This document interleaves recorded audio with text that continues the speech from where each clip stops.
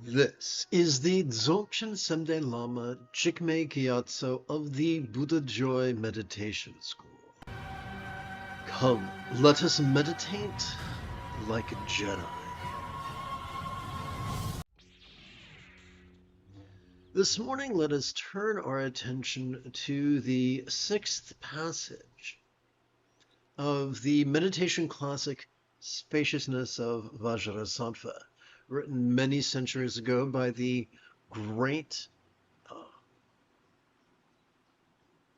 Buddhist reformer Vajra of the Swat Valley.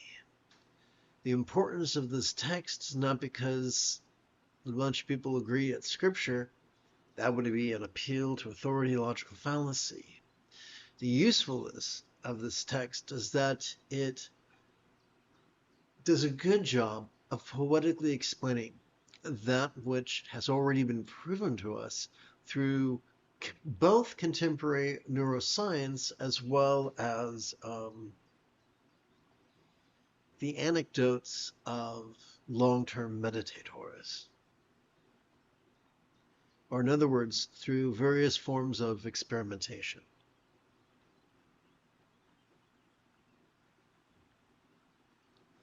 Allow me to read from you. Or let's read. And yet, oh, you know what? I forgot to set up the side camera. Don't I feel silly? Woof. Okay, let's see.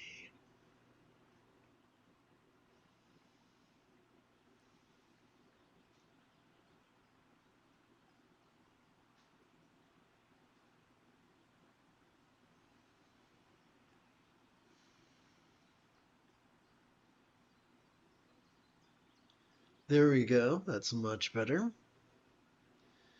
And yet, the miraculous is not beyond our recognition.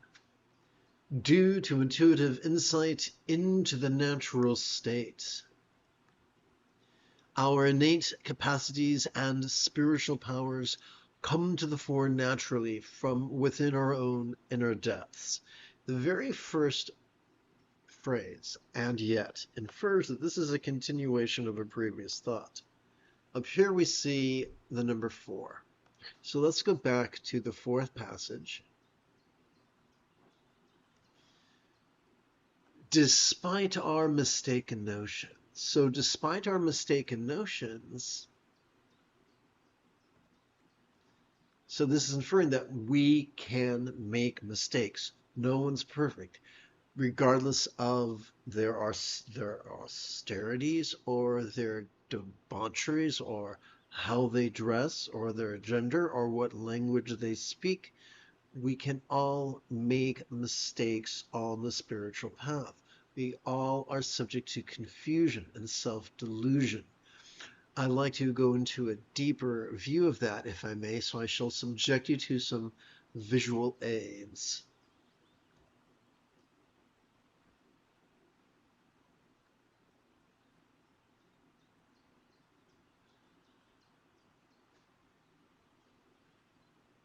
The more we indulge our rigid or controlling tendencies, the more prone we are to actively focus and actively analyze.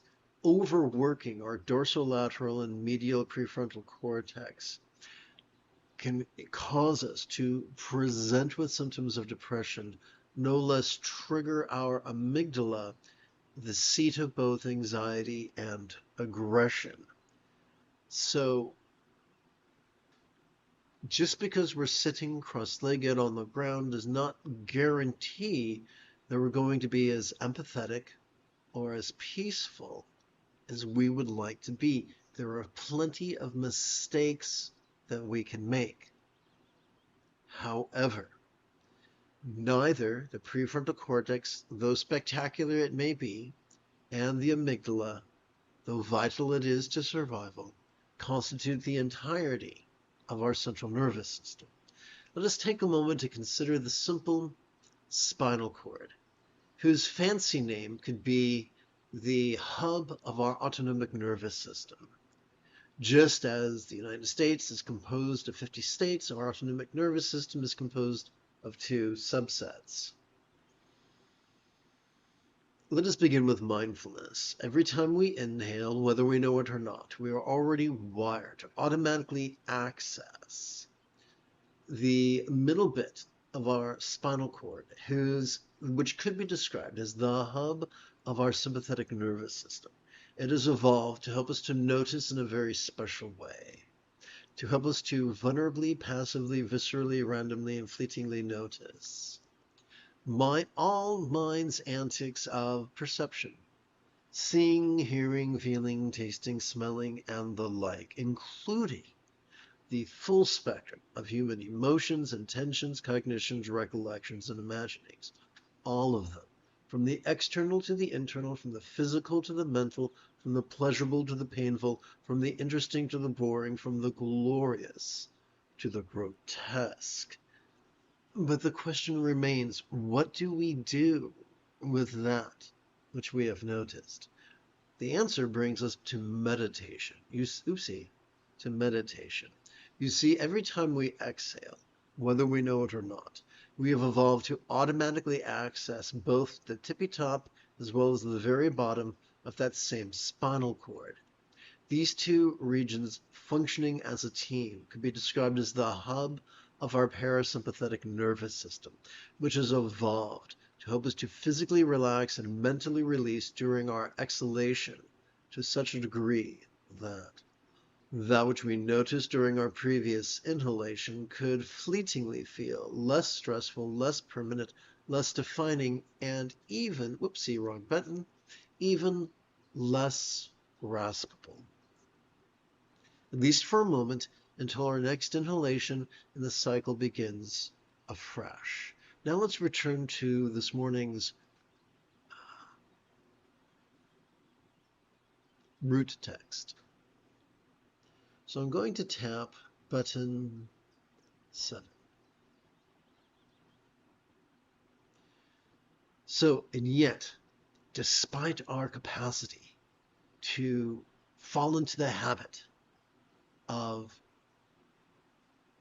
competing against our own autonomic nervous system, and yet, despite our tendency to sometimes indulge our controlling tendencies to the point of over-focusing and over-analyzing, to the point that we become depressed and anxious and aggressive.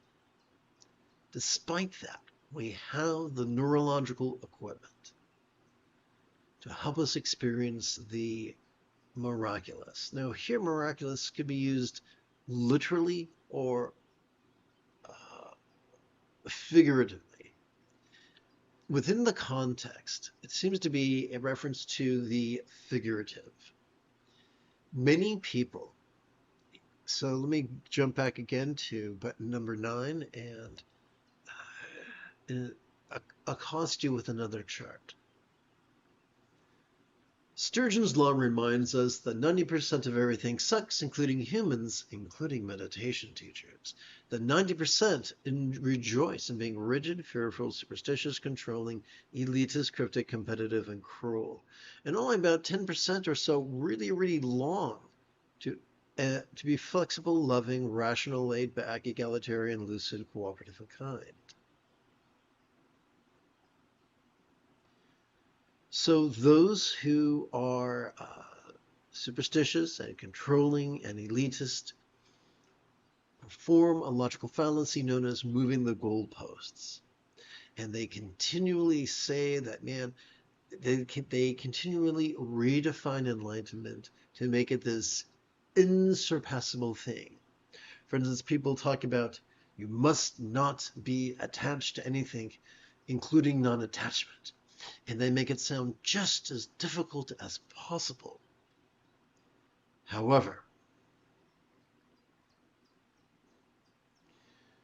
in the second to the final passage of the discourse upon the 4 bases of mindfulness, the Buddha is said to have explained that one could master his path in as little as 7 days. So we see the Buddha's path was not this one of being rigid, fearful, superstitious, controlling, elitist, cryptic, competitive, and cruel, but instead one of being flexible, loving, rational, laid back, egalitarian, lucid, cooperative, and kind. An easy, easy path. This is very, very important. So, how do we reconcile the fact that we seem to be hedonistically wired to reach for things, to hunger for things, to crave things, with the Buddha's promise that we can master his path in as little as 7 days? The answer is, of course, neuroscience.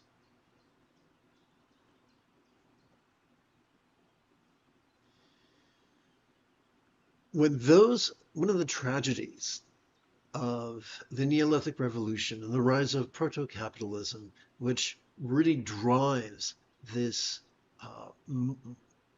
worldview of being rigid, fearful, superstitious, controlling, elitist, cryptic, competitive, and cruel, is that we become so rigid that we fail to recognize figures of speech and we interpret them literally. So let us revisit what happens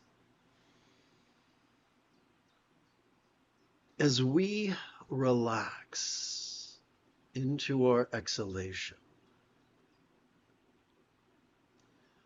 Whatever desire, wholesome or spiritual, we might have noticed during our previous inhalation could fleetingly feel less stressful, less permanent, less defining, and even less graspable.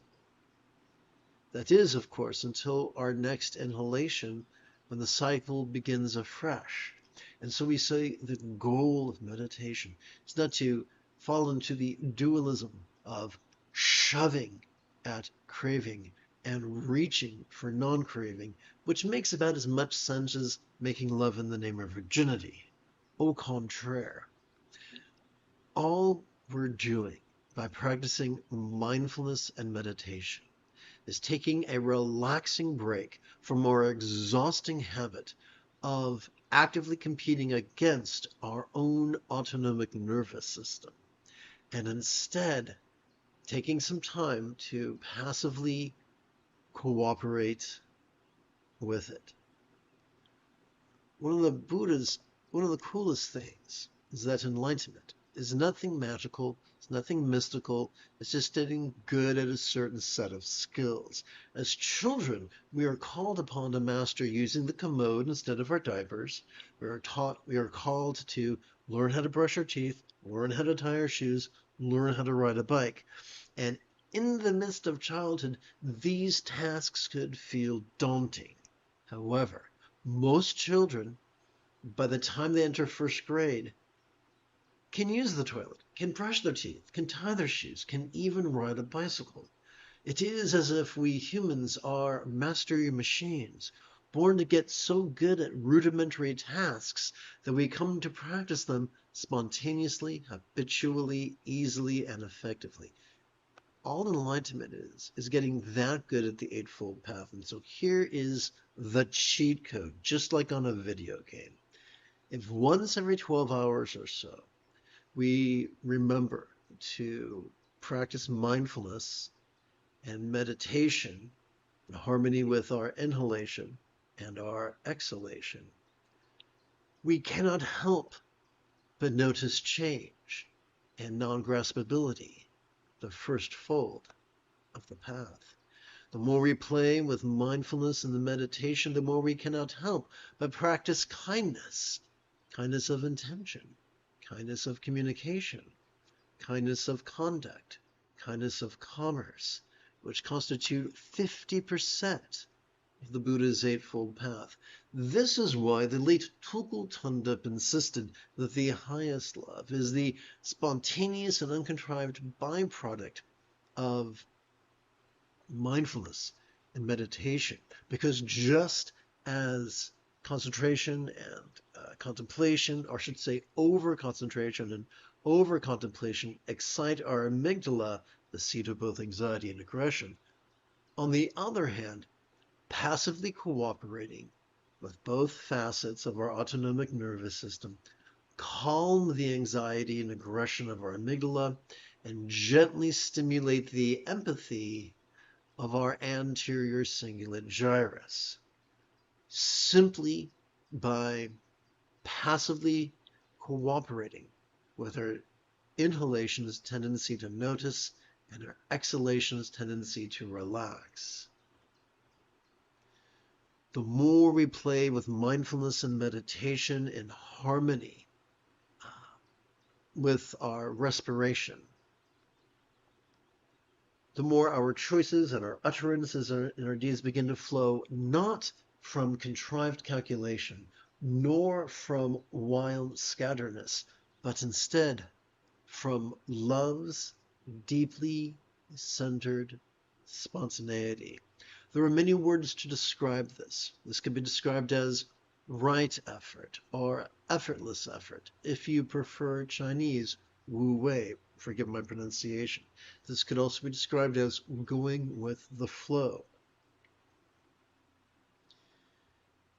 Or in other words, being less like cranky Mace Windu, and being less like grumpy Mace Windu, and being more like groovy Qui-Gon Jinn. Being less like the Big Lebowski and more like the dude.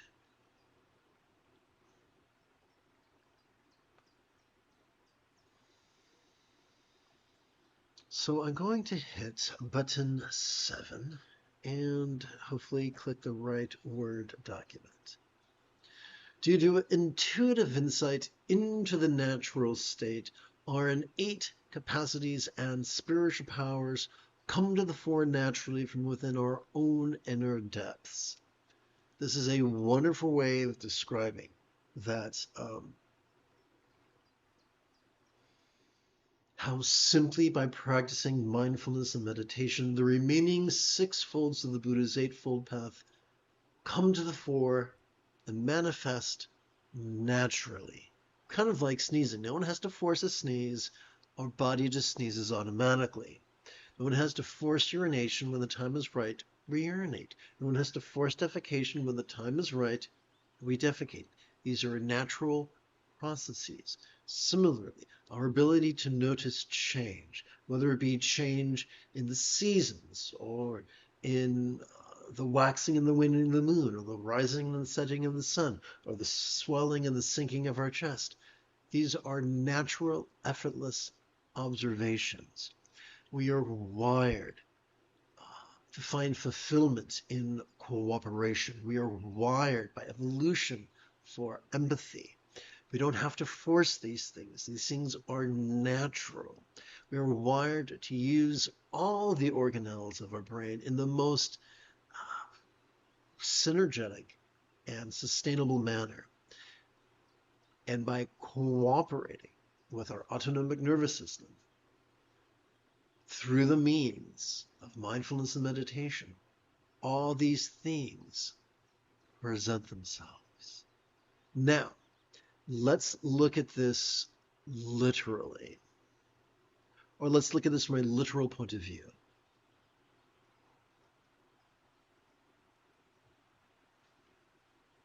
The Buddha's inner teachings were not about wish fulfillment. They were not about ritual or magic or shamanism. And yet, over the decades and centuries and millennia, they have been confused with those things. I'm reminded of a passage in the Hebrew Old Testament which reads, "Give us a king so that we can be like the other nations." I remember as a little envious little boy programmed by television, I wanted to be, I would ask my mother for not just an orange, but a sun-kissed orange. Because that, or not just for toothpaste, but Colgate toothpaste, because that was advertised on Sesame Street. And Captain Kangaroo. Because the captain wouldn't steer me wrong. And whenever my next door neighbor would get a gift from his parents, I would ask for the identical gift. Greedy little child that I was. And so there's something very, very natural, although destructive, about envy and comparing ourselves to others and the like. And so when we see the history of Buddhism, we see proto-Buddhism became was radically different from what institutional Buddhism became. And yet, members of every sect of Buddhism can be found, teachers of every sect of Buddhism can be found saying, but we need ritual for wish fulfillment to meet other people's needs, whether those needs be circumstantial or physical or interpersonal or mental. We need the magic. And almost as if in reaction to this, because remember, the author of this text was a reformer. We're taught the miraculous is not beyond our recognition. Due to the intuitive insight into the natural state, our innate capacities and spiritual powers come to the fore naturally from within our own inner depths. Let us return to science. We have evolved to have survival instincts. We have evolved to experience aversion to scarcity and peril and illness and injury. And because we were natively herd animals, we have also evolved to experience aversion towards scorn and shame. Similarly, we've evolved to experience desire for safety and plenty and pleasure and praise and fame, because these things aided our survival. Ask an anthropologist, they'll tell you. And so the cool thing is, we don't need a vision board. We don't need an affirmation. We already are wired to have aversions to things that are antithetical to our survival. We are already wired to have desire for those that seem to serve our survival. So we don't need to contrive any wishes. They're already hardwired into us. And so as we sit in meditation, at various times, different desires and dreads and avarices and aversions and hopes and fears could cartwheel across the stage of our mind, figuratively speaking. Our job is not to chase them or flee from them or ignore them. In fact, those three things could be described as the three mental poisons. Let's not do that. Our job is simple. It's so simple, it's almost laughable. What do we do when, allow me to share with you or remind you of the universal antidote to whatever comes. So this is the key to equanimity, to non-duality. It's remedial non-duality in which we have the exact same antidote to whatever cartwheels across the stage of our mind, regardless of whether that which makes an appearance is external or internal or physical or mental or pleasurable or painful or interesting or boring or glorious or grotesque. What is that antidote? Simple. As we breathe in, we allow our body to notice it. Vulnerably, passively, viscerally, randomly, and fleetingly. Though uncomfortable it may be. As we exhale, we allow our body to relax, for that is what it is already wired to do. And in so doing, our choices and utterances and deeds better flow in a way that serves the thriving of ourselves as individuals and ourselves as a neighborhood and ourselves as a species.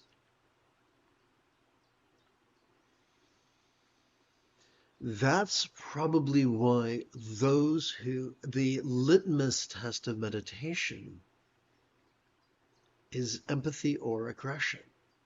When we get lost in over-focus and over-analysis, we become more cranky and greedy and cruel and short-sighted and impulsive.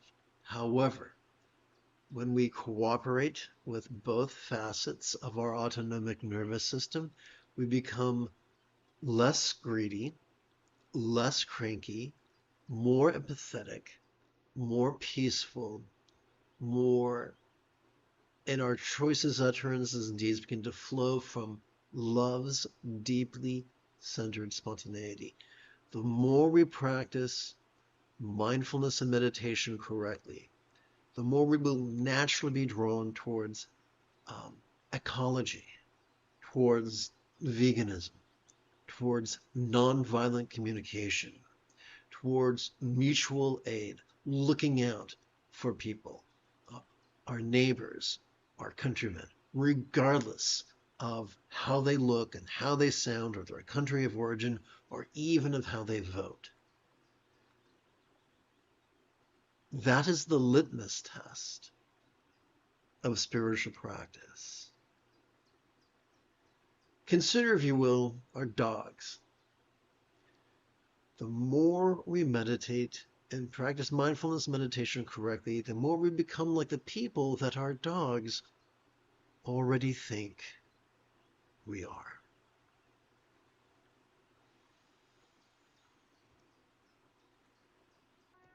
Oops.